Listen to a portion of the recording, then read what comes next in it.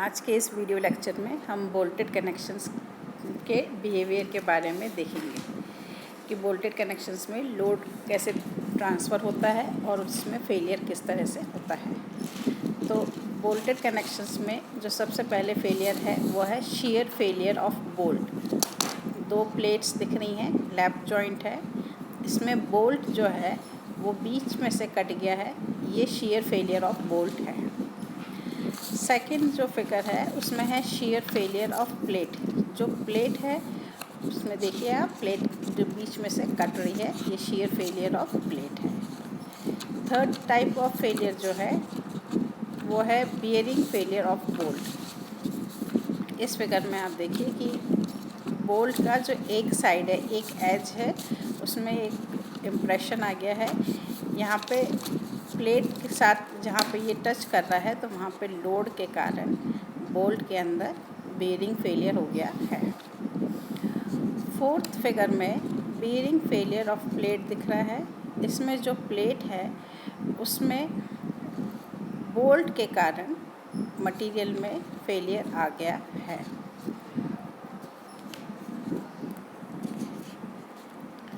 Fifth type of failure जो है उसमें बोल्ट के अंदर टेंसाइल फेलियर हो गया है। तनाव बल के कारण बोल्ट में टेंसाइल फेलियर आ रहा है, बोल्ट की लंबाई बहुत ज़्यादा बढ़ जाएगी।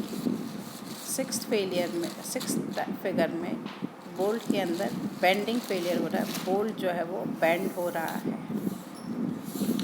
और सेवेंथ फिगर में आप देखिए कि जो प्लेट है उसमें टेंसाइल फेलियर हो रहा है। इनमें से जो बियरिंग फेलियर ऑफ बोल्ट है और प्लेट है, ये सब अगर हम लोग एज डिस्टेंस सही प्रोवाइड करें तो फेलियर्स प्रिवेंट किए जा सकते हैं।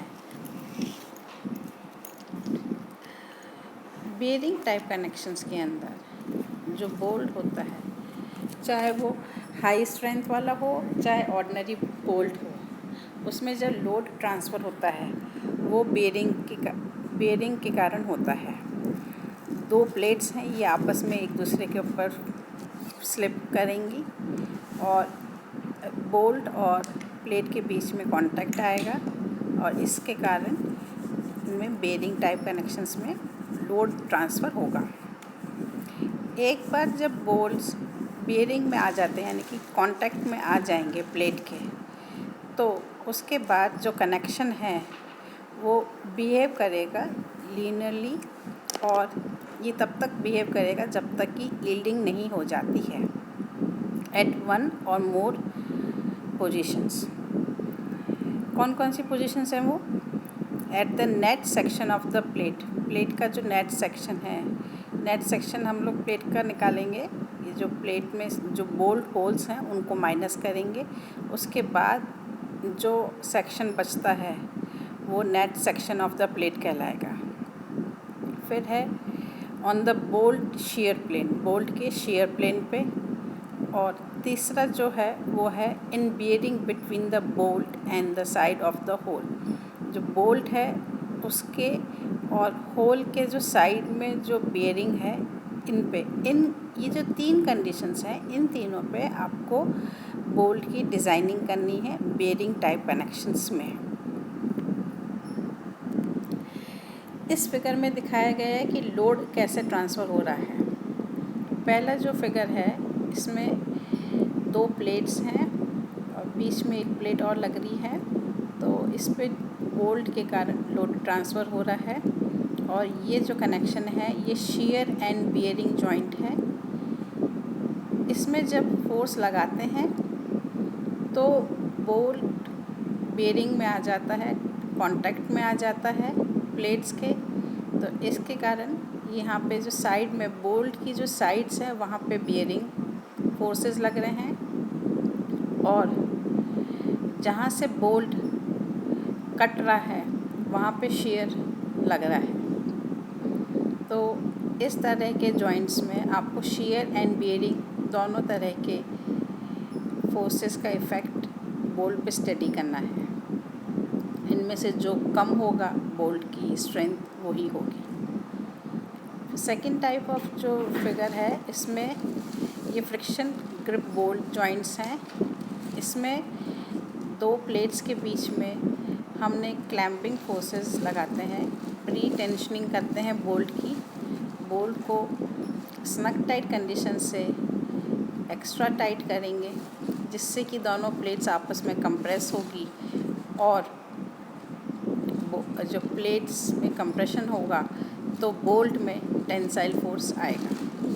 इसके लिए जो फिगर में दिखाया गया है, ये देखिए आप, इसमें बेयरिंग के कारण एक तो लोड ट्रांसफ़र हो रहा है। बेयरिंग जो है, दो प्लेट्स जब आपस में कंप्रेस हो रही, कांटेक्ट में आ रही, तो इससे बेयरिंग लग रहा है और एक फ्रिक्शनल के कारण फ्रिक्शनल फोर्सेस जो हैं वो जनरेट हो रहे हैं।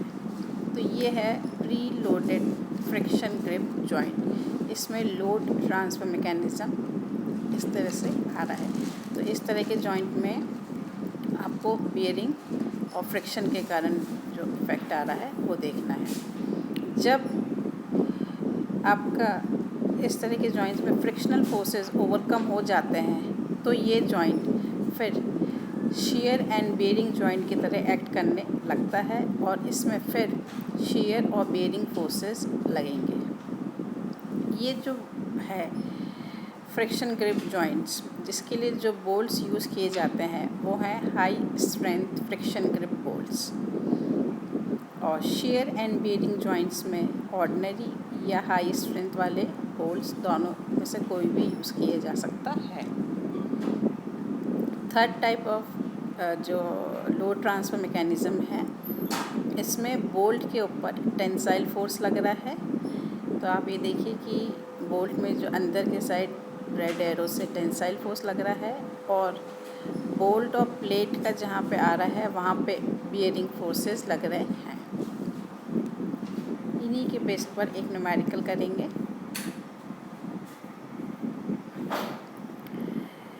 गिवन फिगर में आपको डिज़ाइन करना है एक लैप जॉइंट। लैप जॉइंट मतलब दो प्लेट्स एक दूसरे को ओवरलैप करेंगी between two plates as shown, figure में दिया हुआ है।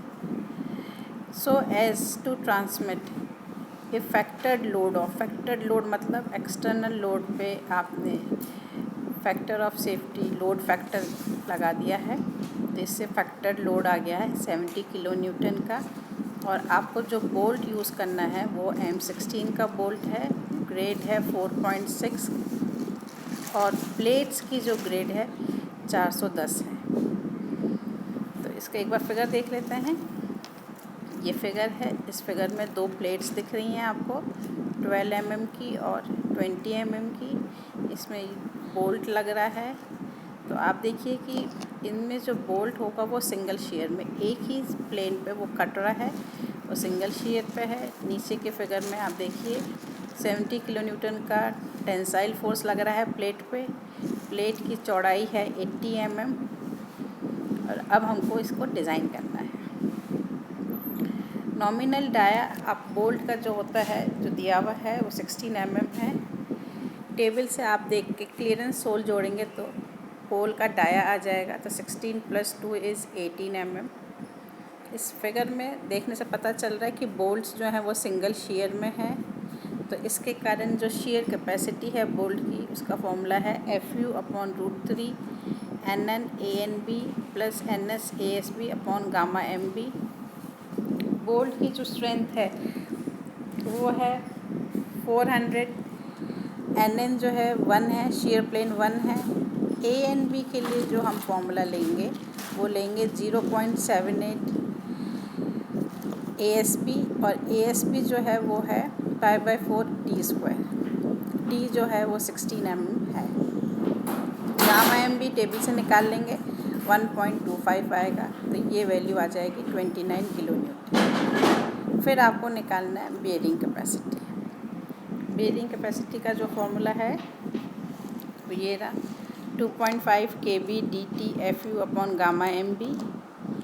kb के लिए जो फॉर्मूला है वो दिया हुआ है E/3 d0 P/3 d0 - 0.25 FUB/FU N1, इन चारों में से जो स्मॉलेस्ट वैल्यू है। तो तो हमने वैल्यूज़ पुट करी हैं। ई और पिच और एंड डिस्टेंस की वैल्यूज़, पिच जो है 2.5 टाइम्स बोल्ट डाया होता है और ई जो होता है वो 1.7 टाइम होल डाया होगा। तो आपने यहाँ पे वैल्यूज़ निकाली। इससे के बी की जो मिनिमम वैल्यू आ रही है वो आ रही है 0.49। इस वैल्यू को जब हम पुट करेंगे 2.5 के बी की जगह 0.49, डी की जगह आपने 16, थिकनेस जो है 2 प्लेट्स हैं 12 mm और 20 mm की, तो थिनर प्लेट लेंगे 12 mm। एफ यू जो है वो 410 हो जाएगी, गामा एम भी 1.25 हो जाएगा। इससे बोल्ट वैल्यू आ जाएगी 29 किलो न्यूटन। लोड जो है एक्सटर्नल लोड 70 किलो न्यूटन को जब हम बोल्ट वैल्यू से डिवाइड करेंगे तो वो आ जाएगा 2.41, दैट इज़ 3 बोल्ट्स। यहाँ पे आपको नीचे इसमें पिच कैसे निकालेंगे, 2.5 इंटू बोल्ट डाया 40 mm और edge distance 1.7 into bolt dia hole. यहाँ से आप निकाल लीजिए। इससे आपने 3 बोल्ट्स हैं तो हमने इनको यहाँ पे प्रोवाइड कर दिया है विथ प्रॉपर स्पेसिंग।